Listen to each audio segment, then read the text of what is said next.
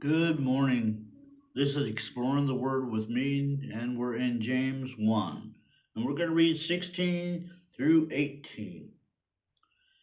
Do not be deceived, my beloved brethren. Every good gift and every perfect gift is from above and comes down from the Father of lights, with whom there is no variation or shadow of turning.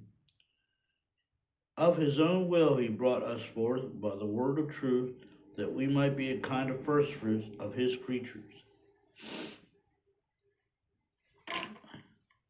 So, first thing he tells us is don't be deceived.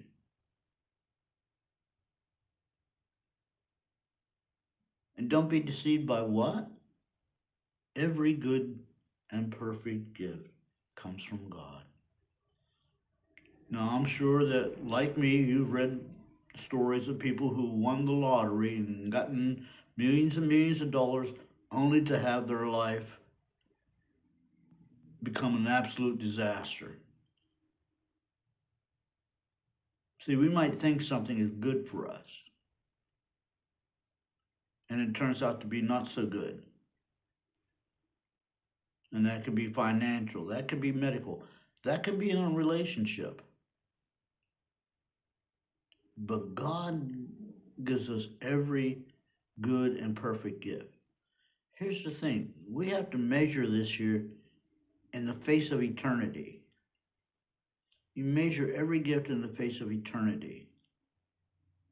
And that's a difficult thing to do, huh? Because you're thinking to yourself, okay, this is really good, and you're giving it two thumbs up, and you're happy as a little monkey in a tree.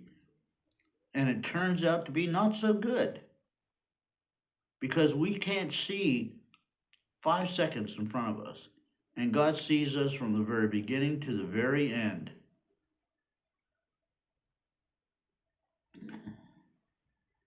Father of lights. In John 1, Jesus is the light of the world, the light of life, the light, and the Father is the Father of lights.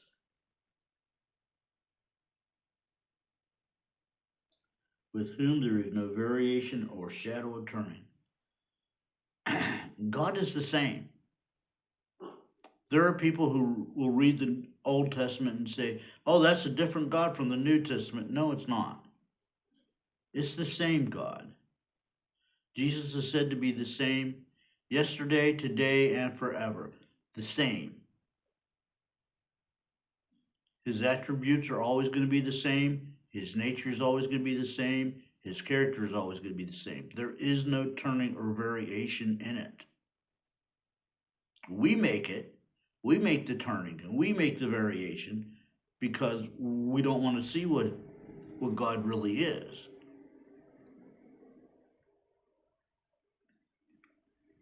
Of his own will, he brought us forth by the word of truth. I have heard people say this, and probably you have too. Oh, I saved this person. I saved that person. No, God saved them. He used you, and you had that privilege. But it's God who does the saving. I can barely save two pennies, let alone a human soul. And if you're honest with yourself, you're probably going to say the very same thing. That we might be the kind of first fruits of his creatures. I'm going to go here, give me a second, and because I want to read something to you. This is also, if you, at this time, with the Jewish people, because he's speaking mostly to Jewish Christians. Let me read you something from Deuteronomy 26, 1 through 4.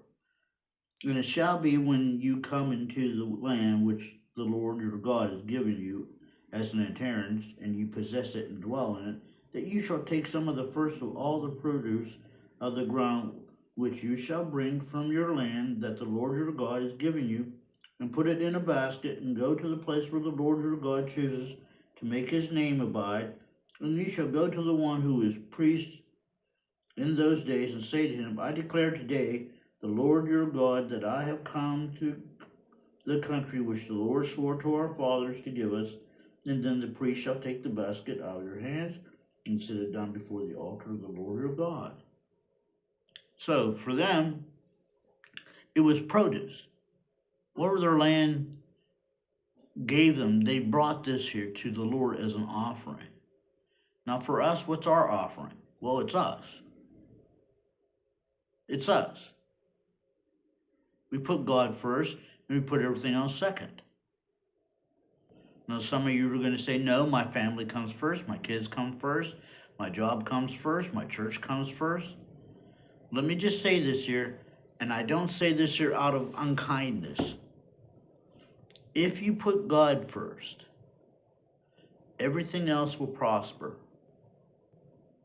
If you put him second and third or fourth, then you might as well not put him at all. Christ is either first or he's not at all. And that's a hard thing to do. It's hard for me. And I'm sure it's hard for you. And sometimes I struggle with that. And I'm sure you do too. But it's necessary to put Christ first. Hebrews tells us that Christ is first and he brings many brothers onto glory. Okay, so we become a first fruit. We become part of that harvest. And we bring ourselves to God with that. We are so blessed that we have a good Father who loves us and sees what is good for us and provides for that. Not always our wants, but always our needs. I love you. I hope you have a blessed day. And I hope this teaching is a blessing to you. And I'll talk to you tomorrow.